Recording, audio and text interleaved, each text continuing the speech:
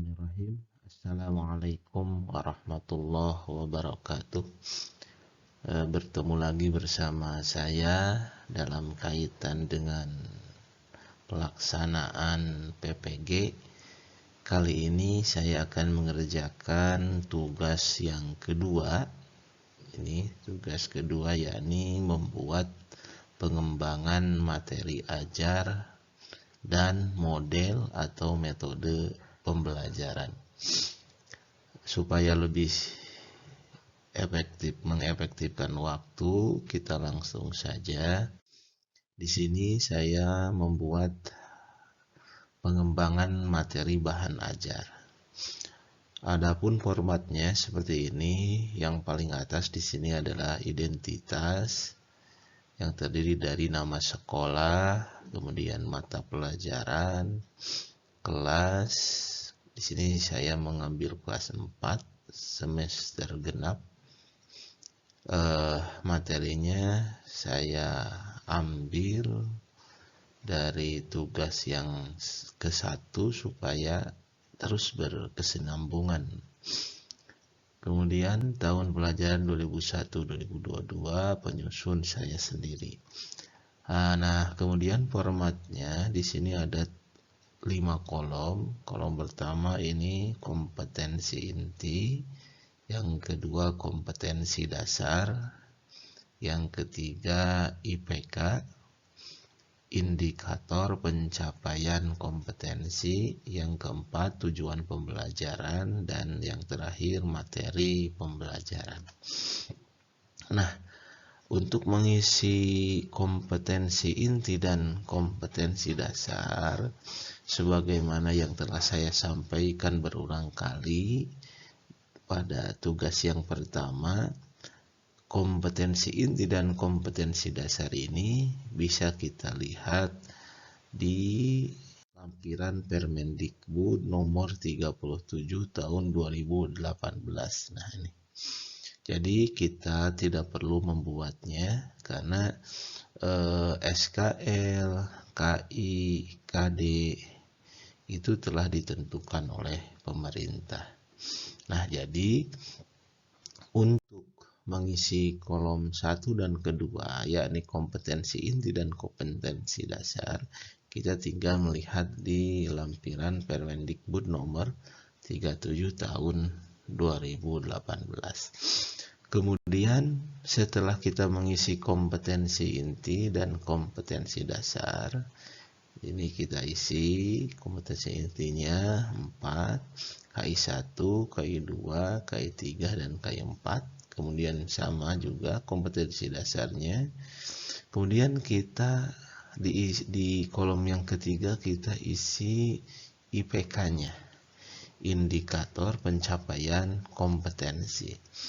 Jadi kita isi dengan indikator, sesuatu yang mengindikasikan ketercapaian kompetensi. Tadi sebelumnya di kompetensi 1, di kolom 1 dan kolom 2 kita isi kompetensi inti dan kompetensi dasar. Nah, di kolom ketiga itu kita isi IPK. IPK itu apa? IPK itu adalah indikator pencapaian kompetensi. Jadi sesuatu yang menjadi indikator yang mengindikasikan bahwa kompetensi yang telah disebutkan di awal di kolom 2 ini telah tercapai. Jadi sesuatu yang mengindikasikan ketercapaian kompetensi. Nah, jadi kalau di kompetensi dasarnya memahami kisah keteladanan Wali Songo, maka di IPK-nya kita tentukan indikatornya apa yang mengindikasikan, yang menandai bahwa siswa itu sudah bisa memahami kisah keteladanan Wali Songo.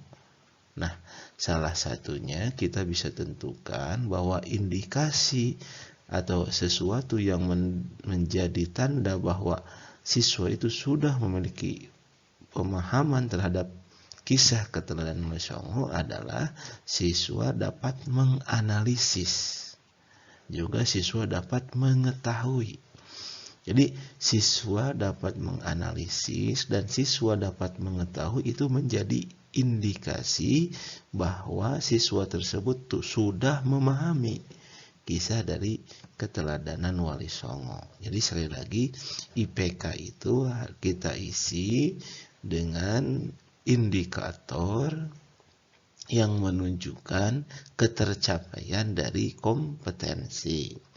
Ya, di sini saya telah tulis IPK-nya. IPK dari kompetensi menceritakan kisah keteladanan Wali Songo. IPK-nya saya tentukan siswa dapat menjelaskan kisah keteladanan Wali Songo. Karena ketika siswa telah bisa menjelaskan, itu berarti siswa sudah dapat menceritakan kisah keteladanan Wali Songo. Nah itu, jadi sekali lagi IPK itu adalah indikator pencapaian kompetensi. Jadi sesuatu yang menandakan bahwa si siswa itu telah memiliki atau mencapai kompetensi yang harus dimilikinya, yang tercantum dalam kompetensi dasar ini. Nah, kemudian di kolom keempat ini adalah tujuan pembelajaran. Tujuan pembelajaran. Nah, di sini saya sudah menuliskan tujuan pembelajarannya. Setelah berdiskusi dan menggali informasi, siswa dapat menganalisis kisah keteladanan Wali Songo. Nah, ini tujuan pembelajaran ini kaitannya dengan IPK, berhubungan. IPK berhubungan dengan kompetensi KIKD. Dan tujuan pembelajaran itu berhubungan lagi dengan IPK. Jadi apa tujuan dari pembelajaran yang kita akan laksanakan nanti, itu harus mengacu pada kompetensi yang ingin anak-anak raih ya. Jadi jangan tujuan pembelajarannya berbeda dengan kompetensi yang hendak dicapai oleh siswa.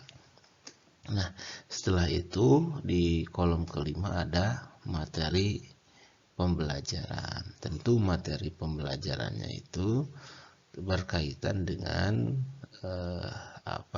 materi yang ada pada yang dijelaskan pada kompetensi, baik inti, dasar, ataupun yang berkaitan juga pula dengan IPK dan tujuan pembelajarannya. Nah, itu kemudian selanjutnya tentang penentuan model pembelajaran. Formatnya seperti ini. Yang paling atas ini adalah identitas, sama seperti tadi. Kemudian formatnya ini pertama nomor, yang kedua kompetensi dasarnya. Kemudian kita tuliskan kompetensi dasar yang tadi, sama juga di tugas 1. Kompetensi dasarnya yang kita jadikan sebagai contoh agar nanti berkesinambungan baik dalam menganalisis SKL-nya, penentuan model pembelajarannya, dan yang lainnya nanti. Jadi kita ambil satu saja KD-nya, yakni tentang keteladanan Wali Songo, memahami kisah keteladanan Wali Songo. Nah, kemudian model pembelajarannya saya ambil model pembelajaran berbasis masalah. Kenapa? Karena model pembelajaran ini memiliki banyak kelebihan. Model problem based learning ini atau model pembelajaran berbasis masalah ini banyak memiliki kelebihan. Di antaranya ini memberikan tantangan kepada siswa untuk menemukan pengetahuan yang baru ya. Nah, jadi siswa itu sendiri yang menemukan pengetahuannya. Guru hanya sebagai fasilitator gitu. Jadi model pembelajaran ini di antara kelebihannya adalah memberi tantangan kepada siswa untuk menemukan pengetahuannya yang baru.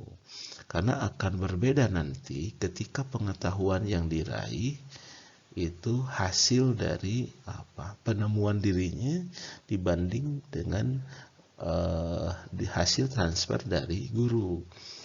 Yang akan berbekas itu adalah pengetahuan yang didapat dari penggalian sendiri. Di samping itu, model pembelajaran seperti ini di antara kelebihannya itu adalah mengembangkan kemampuan berpikir kritis siswa. Jadi oleh karena itu, untuk penentuan model pembelajaran pada KD mau memahami kisah keteladanan Wali Songo maupun menceritakan kisah keteladanan Wali Songo, saya di sini mengambil model pembelajaran berbasis masalah atau problem based learning. Kemudian di keterangan kita bisa isi dengan sesuatu yang berkaitan dengan model pembelajaran ini. Nah, saya isi di sini bahwa KD 321 yang ini di kolom 2 tadi itu menitik beratkan pada pemahaman pengetahuan konseptual. Mengapa? Karena memang ini sebagaimana kalau kita ikuti di video saya di tugas 1 bahwa memahami itu termasuk pada dalam pengetahuan konseptual. Karena pengetahuan yang lebih menyeluruh, tidak secara spesifik lagi. Kalau secara spesifik, detail yang bersifat spesifik itu pengetahuan faktual. Kalau ini memahami, ini lebih luas lagi. Makanya kalau KD-nya ada kata memahami, itu termasuk pengetahuan konseptual. Nah, kemudian selanjutnya pernyataan KD keempat yang di sini ada menceritakan itu termasuk pada gradasi mahir ya. Gradasi mahir. Mungkin itu yang bisa saya sampaikan. Mohon maaf atas segala kekurangan. Wassalamualaikum warahmatullahi wabarakatuh.